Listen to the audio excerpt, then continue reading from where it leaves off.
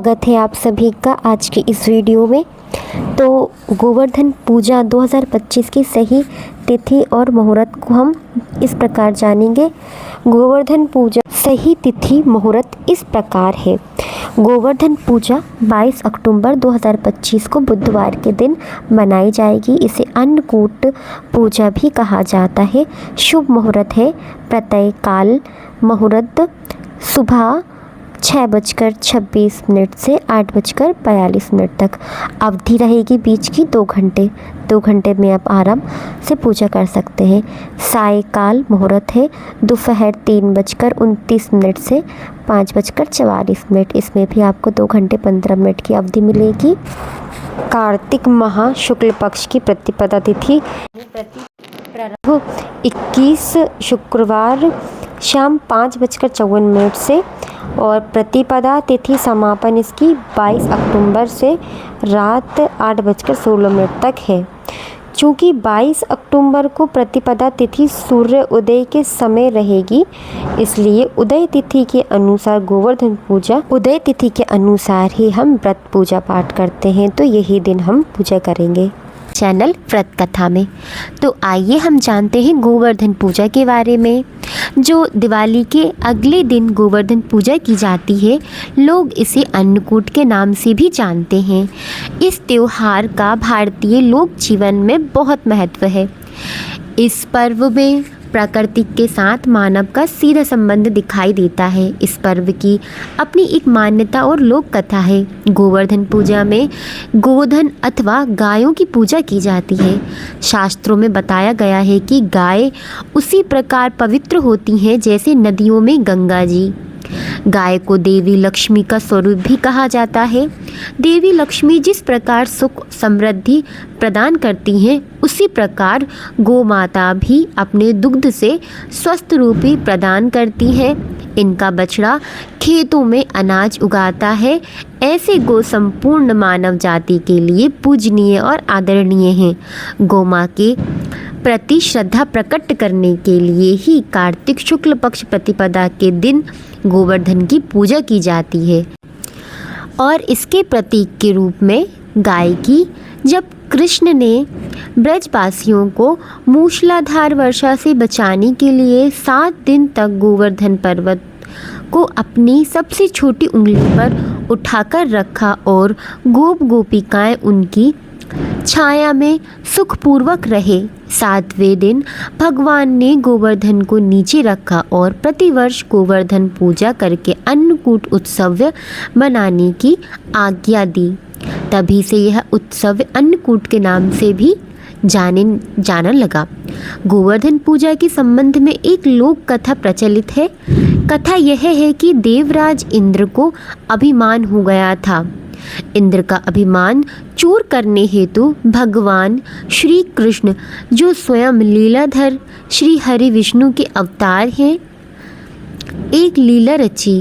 प्रभु की इस लीला में यूं हुआ कि एक दिन उन्होंने देखा कि सभी ब्रजवासी उत्तम पकवान बना रहे हैं और किसी की पूजा की तैयारी में जुटे हुए हैं। श्री कृष्ण ने बड़े भोलेपन से मैया यशोदा से प्रश्न किया, मैया, ये आप लोग किनकी पूजा की तैयारी कर रहे हैं?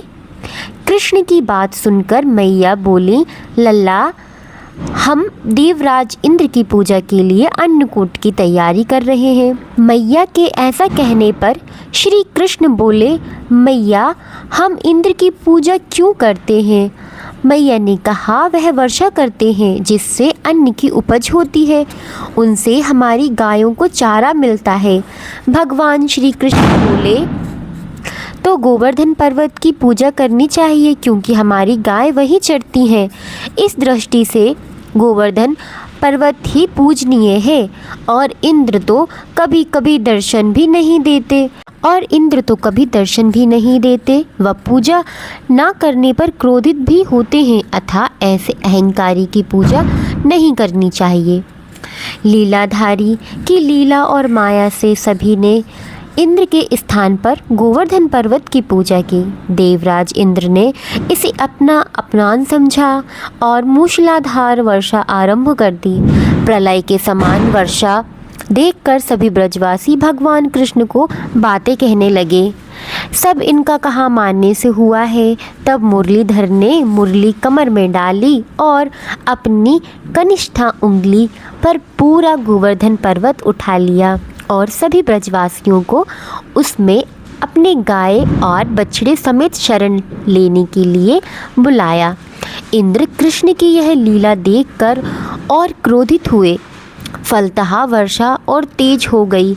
इंद्र का मान मर्दन के लिए तब श्री कृष्ण ने सुदर्शन चक्र से कहा कि आप पर्वत के ऊपर रहकर वर्षा की गति को नियंत्रण करें, और शेषनाग से कहा आप मेड़ बनाकर पानी को पर्वत के और आने से रोकें।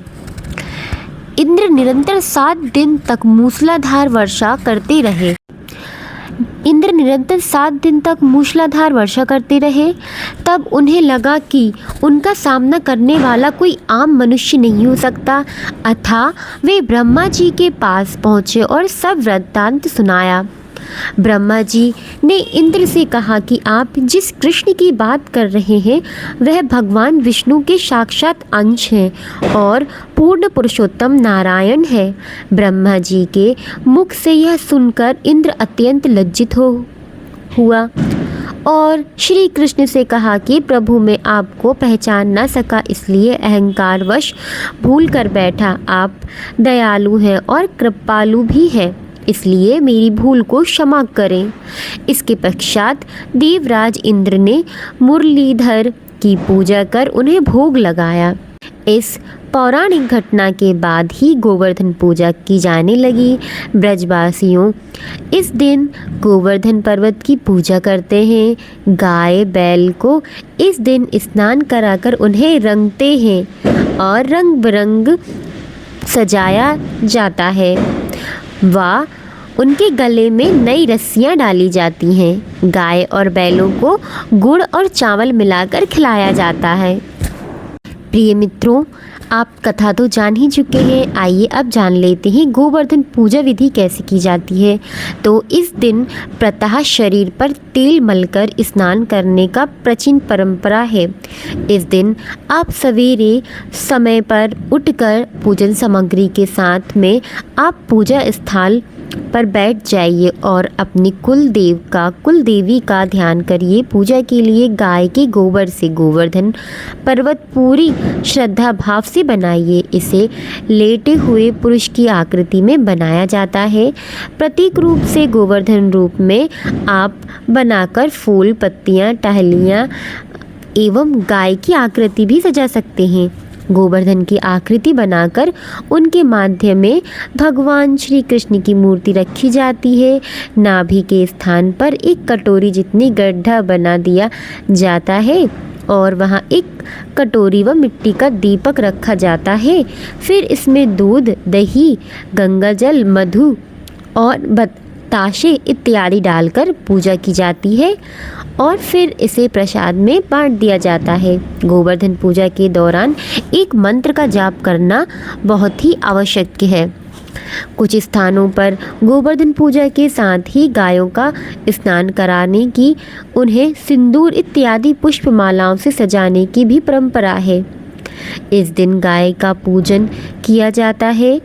तो यदि आप गाय को स्नान कराकर उसे सजा सकते हैं या उसका श्रृंगार कर सकते हैं तो कोशिश करिए कि गाय का श्रृंगार करें और उनके सींग पर घी लगाएं, गुड़ खिलाएं। गाय की पूजा के बाद एक मंत्र का उच्चारण किया जाता है जिससे लक्ष्मी जी प्रसन्न होती है और आपके घर में कभी धन की कमी नहीं होती है। फल, मिठाई इत्यादि आप पूजा के दौरान गोवर्धन में अर्पित करिए। गन्ना चढ़ाएं। एक कटोरी दही नाभि के स्थान पर रखे हुए वहां डालकर झरनी से छिंचते हुए गोवर्धन जो बनाया जाता है गोबर का, उसमें दही डालकर उनको झरनी से छानिए और फिर गोवर्धन की गीत गाते हुए गोवर्धन की 7 बार परिक्रमा कीजिए। परिक्रमा के समय एक व्यक्ति हाथ में जल का लोटा व दुशाला व्यक्ति अन्य यानी कि जो लेकर चलते हैं, और जल वाला व्यक्ति जल की धारा को धरती पर गिराते हुए चलता है, और दूसरा अन्न यानी जौ को बोते हुए परिक्रमा करता है। तो ये बड़ी ही धूमधाम से हमारे ब्रज में, वृंदावन में खूब मनाई जाती है। आपके शहर में भी मनाई जाती है? प्लीज़ कमेंट करके ज़रूर बताएं। इसी के साथ आप सभी मित्रों को गोवर्धन पूजा और गोवर्धन महाराज की जय। आज हमें गिरिराज जी की पूजा करके उनसे यही प्रार्थना की कि वह हम सब के लिए जीवन के सभी कष्टों को दूर करें और हमें सही मार्ग पर चलने की शक्ति दें। भगवान कृष्ण का आशीर्वाद हम पर सदैव बना रहे। आप सभी को इस पावन पर्व की एक बार फिर से बहुत बहुत बधाई। जय श्री कृष्ण। जय गोवर्धन महाराज की जय। अगर आपको ये वीडियो अच्छी लगी हो तो वीडियो को लाइक करें, सब्सक्राइब करें एंड कमेंट करना बिल्कुल ना भूलें। मिलते हैं नेक्स्ट वीडियो में एक नई कथा के साथ।